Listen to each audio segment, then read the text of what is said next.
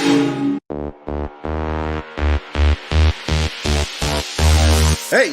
drop.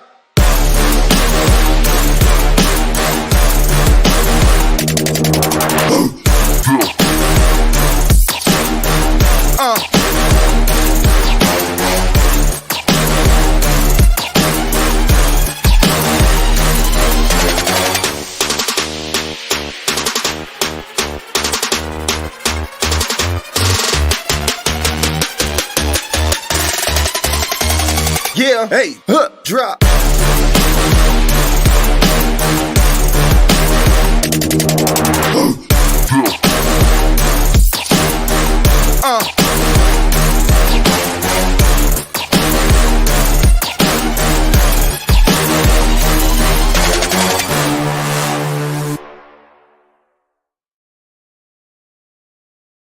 Welcome to another episode of the Audible, hosted by your host, DJ Dots. Back here once again with your daily breakdown of everything sports, any and everything and all things in between. Tonight, we will be talking about recap over the weekend of NBA games, man. Woo, got a lot to talk about, got a lot to kind of break down. And we will also, how about them Sixers? Yes, Miss Murph, how you doing? Yeah, we'll be talking about them Sixers. We'll be breaking down the game that's happened over the weekend. Also, is it a new breaking story that's coming out from the world of college football about student athletes and someone in the administrative staff being accused, I'll say is accused right now, of gambling on sporting events. So we'll talk about that towards the end of the show. Kind of get into a little housekeeping. Be back tomorrow, same bat time, same bat channel. Wednesday show, probably won't be doing Wednesday show. I got a work event I have to kind of go to, so that's gonna kind of interrupt my Wednesday show. But I will be back Thursday and Friday. Friday show maybe a little early because I got to prep for the other stuff. But yeah, let's kind of get into it. Where we're going to start at let's start with Miss Murph's Sixers. Even up the series over the weekend. If you missed the game yesterday, great game. If you missed it, I have highlights up on my channel. More than free to go watch. Remember, like, share, subscribe. Always. But we had 76ers even up the series. Joel Embiid, James Harden, mainly James Harden, especially late, lift the Sixers to the overtime win over the Boston Celtics. I will say this. If Philly is going to play like that, moving forward, have a good chance to win this series. But I'm kind of pessimistic of seeing that kind of performance.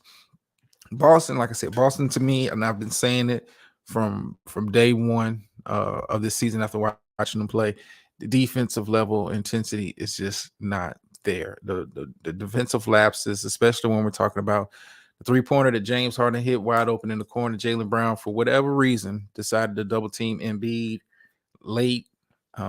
If he gets two, it's a tied game. And you still had a chance to win. We'll kind of get into some of the coaching decisions made by both teams going in that game. Well, let's start with the Boston side of it. Thought Boston coach should have called timeout. Really set up the last shot. Not to say Marcus Smart can't hit those shots, but typically, you want to set the play up to where you wanted to get into the hands of your best ballers. Jaylen Brown had it going. Jason Tatum started to kind of warm up late. Game on the line, and such a pivotal game when we're talking about momentum being swung.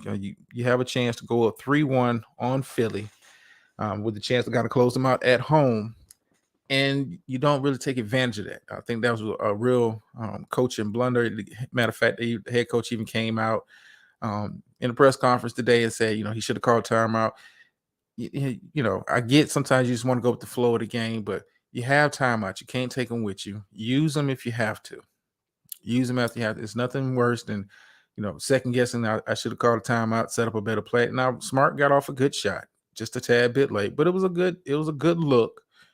Kudos to them for executing, despite not having a timeout, but it was a good shot. But Philadelphia, you won, but I don't know how encouraged I am. James Harden had to go back into game one mode. Embiid was Embiid.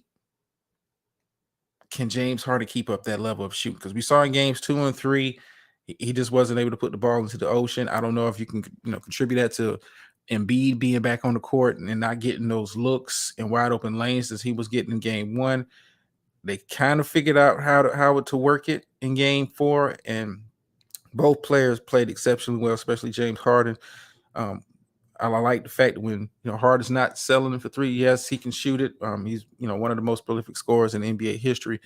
But I like the fact that you attack defense, and that is a theme you see with winning teams and winning basketball, especially come playoff time. Hey, the jumpers are cool and highlights and that kind of stuff, but you want to win on the offensive side of the ball. You got to be able to attack the paint. You got to be able to put a team in foul trouble. You got to be the aggressor on the offensive end. Shooting jump shots is just not going to cut it. And you saw James Harden games be regulated to shooting jump shots in games 2 and 3. The NBA is real. So what's going on, Ghost? 2 and 3, he looked like a shell of himself, looked like an old Harden instead of the old Harden. Ms. Murph says, what's up with the refs?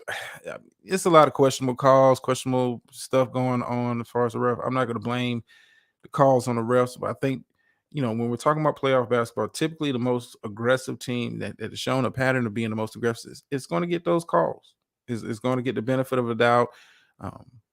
You set the trend during the regular season by being a team that attacks. And then when it comes playoff time, refs are human. And, they're conditioned to seeing one team, attacking the basket and the other team not so much. So it's an aberration when they do. But, good game. Very exciting game. Like I said, if you missed the game, got the highlights up on the channel. Check it out. Leave a comment, like, share, subscribe, all that good stuff. But I don't know how encouraged I am if I'm a Phillies fan. I mean, you're 2-2. Home court is still with Boston. And Boston, played well enough to win. You had the defensive lapses. How you doing, Ms. VS? Had defensive lapses at the end of the game that kind of cost them, namely Jaylen Brown, doubling Embiid.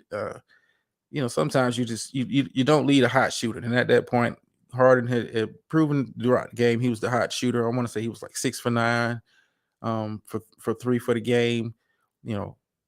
Excellent performance by Philly. I thought, the fourth quarter was kind of sketchy. I ain't gonna lie to you, fourth quarter was kind of sketchy. I thought Doc Rivers was, letting the game slip between his fingers, but the superstars came and bailed him out. Because the way the game was looking and the way the game was trending, Boston was getting ready to pull away from him in the fourth quarter. Guys made play. How you doing, Gator Girl? Yeah, we're going to talk about your Nuggets. We're going to talk about your Nuggets in just a sec, but we can kind of conclude on Philadelphia, Boston. Like I said, it's 2-2. Anybody serious, I'm more inclined to lean, just based off what I've been seeing. I'm more inclined to lean towards Boston, but it wouldn't be a shock. Philly was my pick going into the series. But I'm just basing it off what I'm seeing as of now. Based off what I'm seeing, like I said, if Philly wins, it wouldn't be a shock. It wouldn't be like, oh my God, how did it happen? But I just, I think Boston is going to play better at home. And I think coaching is really going to play a huge part in these last few games of this series. Which coach cannot make the biggest mistakes? And fourth quarter, it looked like it was going to be Doc, but then, Boston's coach kind of bailed him out, with some of his decisions late also. So, but kudos to Philadelphia for pulling it out. Kudos for them pulling it out. Gator Girl says, look like the bubble wasn't an aberration. No, it doesn't. And we're going to talk about Phoenix and Denver. Now, if you were here last week, I told you, I said, if Phoenix wanted to get back into the series, Kevin Durant and Devin Booker were going to have to damn near go for 40 apiece to keep them in the series and make this a series. And I'll be damned if that's not what happened in games 3 and in games 4. Durant, Booker, like, hey, we're going to shoot. Rest of you guys kind of get out the way. We'll talk about DeAndre Ayton in a minute. He might be on the market. He might be on the trade market after this season, because I don't like the body language. I don't like the attitude that I'm seeing. But back to KD and Booker, they did what they were supposed to do. Superstar, hey, leave it all on the line. Your season is on the line. Because if they don't play like that, and the numbers that Yoke put up in games 3 and 4, you need it. You needed every point. You needed every bucket to force it to a 2-2. Now, I think Denver's going to play much better at home. I think Denver's going to look at some things as far as coaching, as far as decision making. You can't let KD and Booker go get it. I think you got to really focus on limiting one of those guys as best you can. Maybe a little bit more attention to Devin, because Devin seems to be the more aggressive of both of them, and maybe let KD kind of cook. But you can't allow KD and Booker to both go for about 40 apiece, because that's a recipe for wins for them. And Yoke played. Oh my God! I mean, monster game 3, massive triple double. I mean, I want to say it was like 30, 17, and 17. I mean, outrageous numbers, and we're talking about a big man. Yoke is showing a hate. I am a 2-time MVP for a reason. Jamal Murray balled out. It just wasn't enough late. I think Phoenix, I would say this about Phoenix, and this is in reference to DeAndre Ayton. If I'm Phoenix, I might be inclined, and just for this series only, I might be inclined to put DeAndre Ayton on the bench and play Landale a little bit more at the 5. I like the energy that Landale comes in with. I like the attitude that Landale comes in with. He comes in with a more defensive approach. Not to say that he can stop the Joker. No one is stopping him right now in this series, at least. But I think Landale plays with a lot more energy, plays with a lot more defensive intensity, and it's more a team first guy. I think DeAndre Ayton is.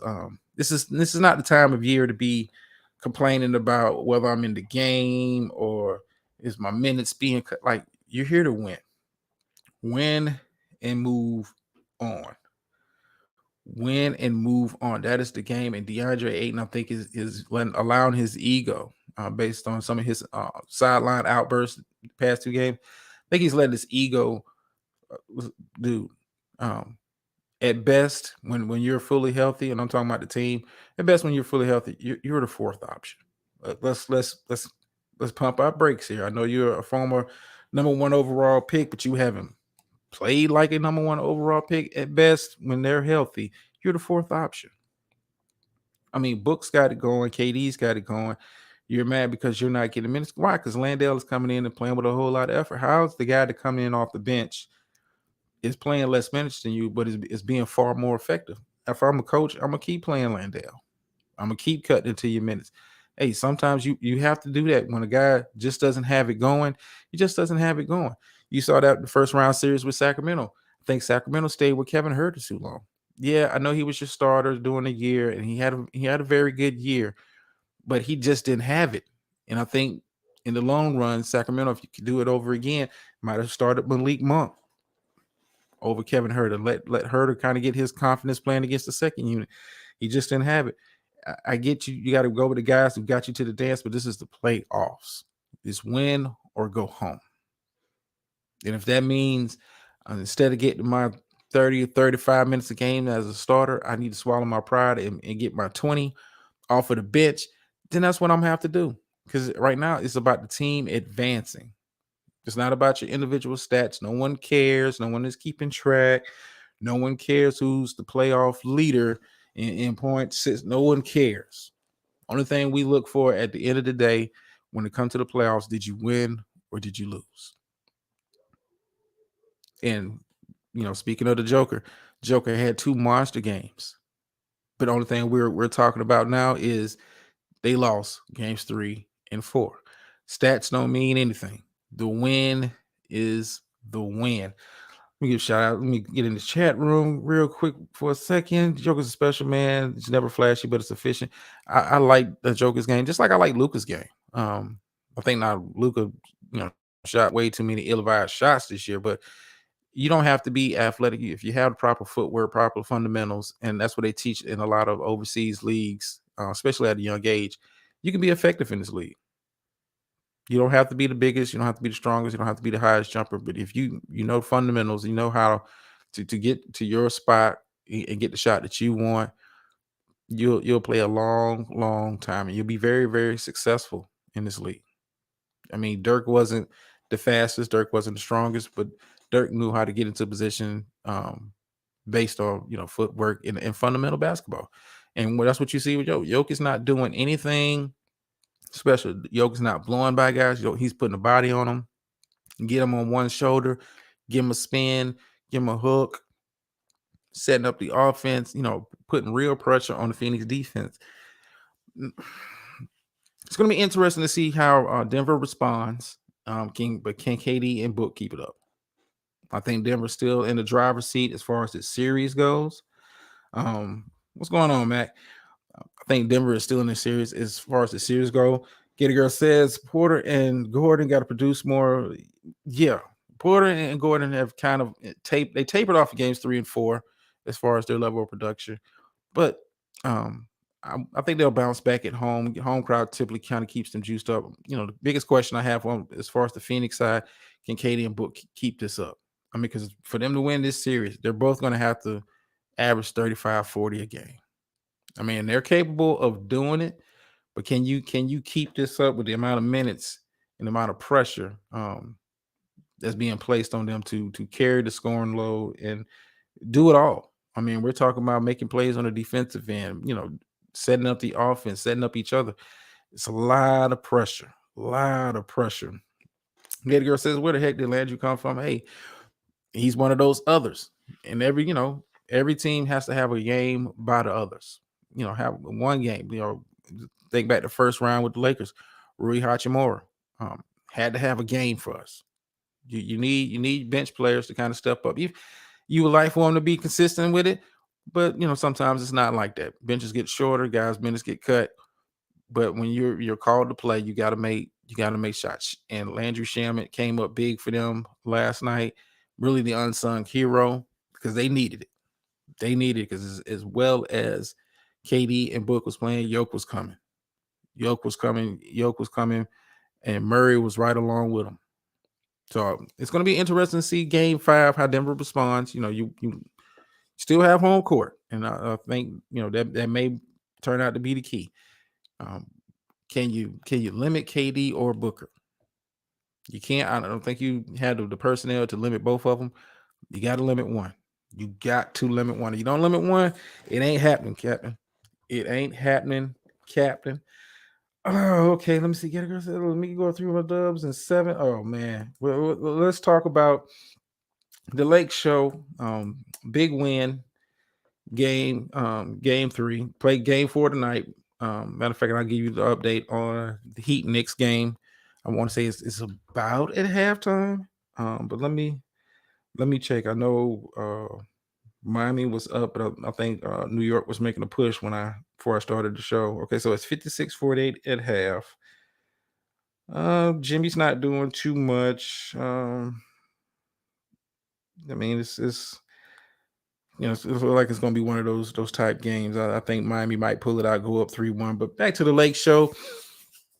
Got back to playing defense the way we're capable of playing defense.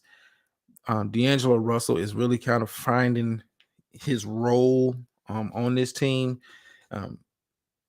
He's able to run the offense, but I think D'Lo, and he's been like this is pretty much his whole career. Like he's capable of playing point guard, but he's more of a two guard. I think how they run the offense kind of fits his style because it allows him to still be a scoring threat and not be so much of a point guard. He does handle the ball a lot like a point, but the team's not asking him to set up everybody. The team's not asking him to try to facilitate shots for other players because LeBron can go get his, AD can go get his. I will say this, and when we're talking about, taking a look at guys and their level of production on the court, Austin Reeves, you're leaving a lot to be wanted out there on the court, man. I mean, I understand you have a hard assignment chasing Steph or chasing Clay and trying to stay in front of them two monsters and keep them from getting open looks. But his offensive game has kind of suffered this series. I don't know. I may start looking, depending on how game 4 works out tonight. I may start looking at pulling some of Austin Reed's minutes. Dennis Schroeder is kind of coming on. Lonnie Walker was a pleasant surprise in game 3, even though a lot of that was in mop up duty. But I like the effort that he played, considering that he hasn't really played in this playoffs. But I like what I saw defensively. I like what I saw defensively. Hey, stop them from getting into the lane. Stop them from getting easy layups. Stop making it a layup line. Golden State is at its best offensively when they're able to penetrate and break down defense. Keep guys in front of you. Challenge the 3-point shots. Like Gator Girl says, 29% from 3. That's not gonna cut it. Not gonna cut it, especially when you don't have a post presence, especially when you're not able to get to the free throw line like Lakers do, when you're not able to put pressure on the interior of a defense. Shooting like that is not going to cut it. It's not going to cut it now. LA has I think tonight is probably the biggest game so far of this series, because Lakers go up 3-1. I mean, it could be lights out for the Dubs. Lakers need to come out with a mindset that they're down. They need to play with a lot of intensity, play with a lot of focus. I mean, because you don't want to go back to Golden State with a 2-2, considering that Golden State still has home court advantage.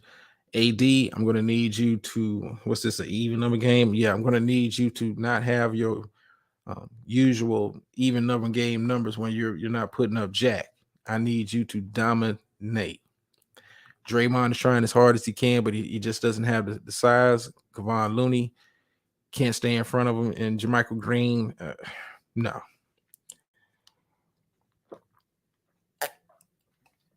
Excuse me. How you doing, keeper? Oh, I forgot you had the champ. How you doing? But yeah, Gator Girl says, is LBJ conservative for the Western Conference? I don't know. The first half was real strange. I ain't gonna lie to you. First half was strange, and I'm watching. I'm like, is LeBron on the court? And I'm starting like, is he hurt? Like, he just wasn't as engaged offensively as I thought he would be, considering what was at stake. A chance to go up in this series, really put pressure on Golden State, to really kind of set a tone, considering that they got blew out the other night. I don't know. I don't know if he's conserving. But Gator Girl say ain't no reason why AD isn't. Exactly. I mean, and that's been the most frustrating thing. If you've been watching the show, that's been the most frustrating thing for me as a Lakers fan, is watching AD, because I know you're able to go out there and give me 30 and 15 a night. Easy. It's not it's not too many guys in this league that can stop him if he's focused like that. Now, I do like the level of play on the defensive end. That hasn't slipped. But offensively, we need him to apply pressure that gets them into foul trouble. Draymond wasn't on the court as much last game because he was in foul trouble. Get us in the bonus, get us on the free throw line. Yeah, we're not a great free throw shooting team, but if we're shooting way more free throws than other team, I like our chances. I need AD to come out with the mindset of a game 1 or a game 3. Yeah, something about him in even number games, these playoffs has been iffy, been real iffy. So hopefully he comes out with the mindset, let's attack, and keep it up. Keep it up. Game 3 is over. You can take some positives away from, but that game doesn't mean nothing. It's not a carryover. Golden State is still a championship level team, still the defending champions for a reason. I believe Steve Kerr is going to come out and make some adjustments as far as game 4. As far as you're worried about AD, D'Angelo is the one that was giving them problems early. So, I expect Steve Kerr to make some adjustments on the defensive end. If I'm, Steve Kerr, maybe if I'm going with the smaller lineup, maybe going for more of a defensive look. I mean, because AD is going to be, you have no one to guard him. You have no one to guard him. I may be trying a more defensive type look. Maybe giving Gary Payton Jr. more minutes. Maybe give Moody some more minutes. You need some athleticism on the defensive end. But that may be, I'm just talking here. Maybe I'm wrong. But hopefully we pull it out tonight. Hopefully we pull out. And like I said, we go up 3-1. I'm not going to say the series is over because it's still a championship team, but we definitely will have the advantage. Getty Girl said, I didn't even realize Chris Starr was on the Lake Show. Okay, yeah, they signed him towards the end of the season. He hasn't played but in garbage time. But trust me, Katie Girl. He's just there for in the event that Anthony Davis, if you breathe on him the wrong way, he'll miss some time. Tristan Thompson, hey, he's won a championship. He knows what it's like to play with LeBron. He knows how to play defense, knows how to play rebounds. Don't ask him to score for you. Don't ask him to put up AD numbers on the offensive end. But I mean, I like the pickup. Like I said, I like the overall construction of the Lakers. I think this is, this is still, up and down series. The series is still up in the air. Hopefully we come out, get the win tonight, man. Really put the pressure on them, get them boys up out of here. Because I don't want this series to stretch out. Does the series stretch out, and then you start to see the flaws of teams. The longer a series goes, you start to see the flaws of that team, and when you start to see how important coaching is, and as far as making adjustments. But like I said, this is a very exciting series. Let me see, have Miami and New York kind of came back from half. Or are they still at half? Okay, they've been in the third. Miami is still up by 7. Julius Randle having an okay game. Brunson's having an okay game. Jimmy Butler's relatively quiet. Bam's having a good game. I might have to actually tune in for that one. But yeah, I'll have the highlights up later on as soon as the game goes final. And I'll have Lakers, Warriors, highlights up a little bit later. Housekeeping, I'm still I got some things I got to correct. If you was on my other channel yesterday, so you know what I'm talking about. So I got some things to correct over here. Thank you all for like, sharing, subscribing. Thank you for watching the videos, shorts, coming to the lives. I'm gonna do something I normally don't do. Most people don't like to come up during the show, but I will drop the link if anybody wanted to add some commentary, because I want to kind of get into this gambling scandal story that has come out in the world of college football. Let me kind of get into the article. This was kind of late breaking this afternoon. Okay, so the University of Iowa announced on Monday that 26 athletes across 5 sports, including baseball, football, men's basketball, men's track and field, and wrestling, and 1 full-time employee of the athletic department, are suspected of wagering on sports in violation of NCAA rules. In addition to that, you had the University of Iowa saying 26 of their student athletes have been suspected of gambling. The University of Iowa State is acknowledged as some of its 15 athletes across 3 sports, football, wrestling, track and field, are also suspected of gambling. I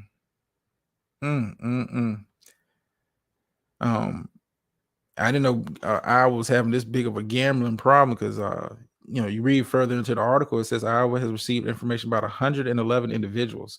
Only 26 of them are current athletes. So the vast majority of the people that has been suspected of gambling at the University of Iowa are students who are on staff, former athletes, and those with no connection to the athletic department. We know that gambling is a problem in sports, and gambling is even more so of a problem now, because you don't have to go to the bookie. You don't have to go to some shady back alley to bet on sports games. You can do it on your phone. You can do it on your phone, and a lot of these gambling companies are working with like the NCAAs, the NFLs, they're actually working with and reporting people. They do have I do remember reading this report. They do have a list of all current um, employees and athletes. Let's say the NFL. If were here earlier, a couple of weeks ago, I broke the story of 6 NFL players being suspended for gambling. A lot of these gambling websites, they do have deals with these, sporting organizations. So they have list of all employees' names, people on staff, anybody that is directly tied to those sports organizations, schools. They have a list of who's current. If they place a bet, and they're notified. These how these guys are getting caught. These guys are not getting caught strolling out of a casino in Vegas. But these guys are getting caught up with like the online gambling. The online gambling has really grown over the years, and it's gotten to the point where it's kind of like an accepted way now. For so long, now I'm going to say decades, we never thought the NFL would ever put a team in Las Vegas. We never thought they would actually put a team in Las Vegas, but they did. Here you have the gambling capital of the world, and you're putting the NFL team there. So, the world is changing, and these young people, man, and this, be smart. If you have an itch to gamble, and I'm not saying you're gambling on your own team, but just the optics of it look bad. But if you're going to do it, do it through a friend who's not affiliated with a team, not affiliated with the organization, not part of the athletic department, not part of the training staff. Hey, hell, I wouldn't even get anybody that's a student at that school. If I'm trying to gamble, I'm not trying to get. I'm gonna have mom and dad or brother or sister, somebody else do the place the bets for me. No way, no goddamn way. Am I attaching my name to anything like that? Because just the optics of it look bad. Because when you think gambling, sports, you think rigged games, you think rigged events, and these guys may not even be betting on their particular sport, may not even be betting on, they might be betting on baseball or something, but it's just you're betting. And these organizations, NCAA, NBA, NFL, have very strict rules when it comes to gambling. It's mainly the optics. Yeah, it's legal. It's legal, but they have guidelines and standards of conduct in place for a reason, because they don't want anything to ever, stuff like this can damage the integrity of the game.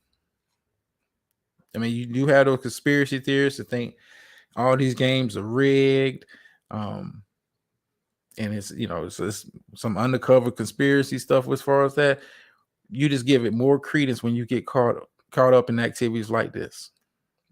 And for a college athlete that has dreams of not even necessarily going pro in whatever they're doing, but going on in life, you don't want your name splattered across the waiver wire, the ESPN ticker at the bottom. You don't want to see your name. Just be watching, and your name comes across, and they're like, oh yeah, student athletes at the school, including starting wide receiver. You don't want to see that. You don't want that to happen. Label the soundboard, my bad, but you get what I'm getting at. So come on, guys. Young. I was young at one point, man, but goddamn, Gator Girl says gambling and got caught. Must have been on the parlays from you. Only Gator Girl could take such a serious subject and throw shots at me. I'm thinking about changing. Not thinking. I'm probably going to change the channel name at some point this week. I'm looking at something that can be more easily found by people, because I know this channel is kind of hard to find, and it was, that wasn't my intention. At the beginning, or when I started this, I wanted something unique, but I realized sometimes being unique makes it hard for people to find you, and I do want to, get the content out to more people. So I will be changing the name, doing some rebranding, with the channel. Yes, Miss VS. I told you I was paying attention. I took notes. I took notes, Like I said, I'm doing more rebranding. I'm in the process of trying to get my community wall up and running. I am looking into the Bird app. I think my wife is going to help me kind of get that set up because I don't know nothing about that stuff. But yeah, let me kind of get up out of here, man, because I'm running a little bit too long. I like to keep these shows short, quick, and quiet. I will be back tomorrow. Like I said, same bat time, same bat channel. Thank you for coming out and listening. Remember to like, share, subscribe, all the good stuff. Like I said, as soon as Heat Knicks go final, if you want to come back, catch the highlights without having to watch the whole game and listen to Stephen A. Smith break it down for you. You can watch it for yourself. I got you. I always got you. Hey, keeper, it's always a pleasure to see you in the place. But let me get up out of here. Still haven't got an outro. I'm still working on something kind of clever. It's just, for whatever reason, it's just not coming to me. It's just not coming to me, but I'll get it. I'll get it. I swear to God, I'll get it. But until then, see you guys tomorrow. Remember, like, share, subscribe, all that good stuff. Get out there in the world, enjoy yourself, enjoy the games, and we'll be back tomorrow. And I'm out.